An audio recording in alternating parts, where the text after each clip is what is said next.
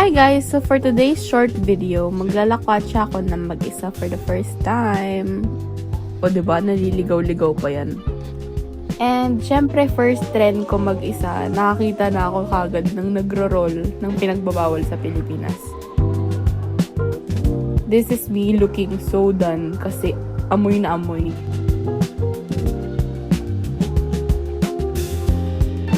Ang itinerary ko lang naman today is maglalakad-lakad lang sa Notting Hill and then Hyde Park after.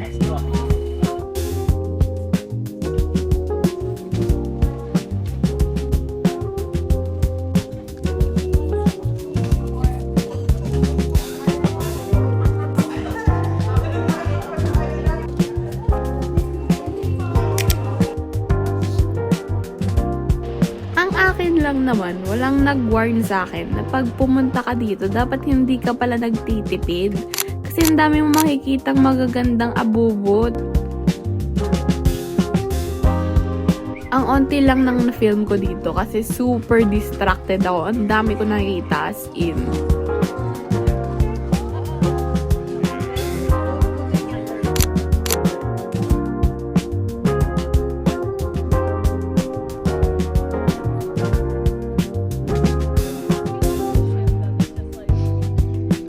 Did you know that all free-roaming swans sa UK are owned by the king?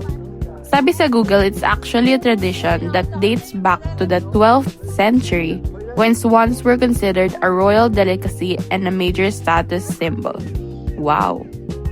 Nagbabasa. So, injuring, killing, and keeping a swan is illegal in the UK. The more you know.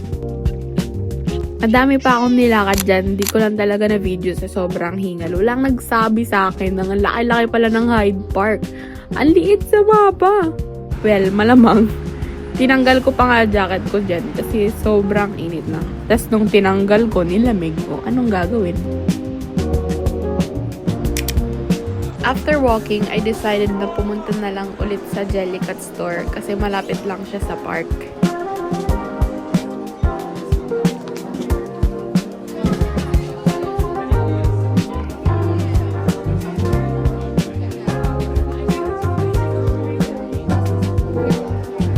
Ang gusto ko sanang bilhin dito is itong matcha dragon. Kaya lang, parang ang liit niya. Need ko sana yung mas madaming surface area. Like, for 58 pounds na almost 5k pesos.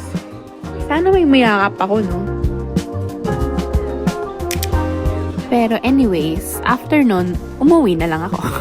Buti na lang, di ako nabudol.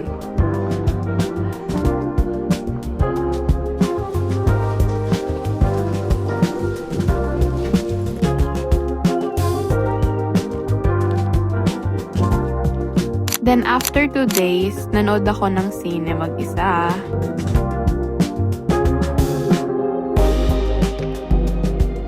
Wala lang, sinama ko lang sa vlog. Ang amazing kasi, recliner yung chairs nila. Tapos, may sarili ka pang table. So, yung snacks mo, may paglalapagan ka talaga. Okay, yun lang. Goodbye!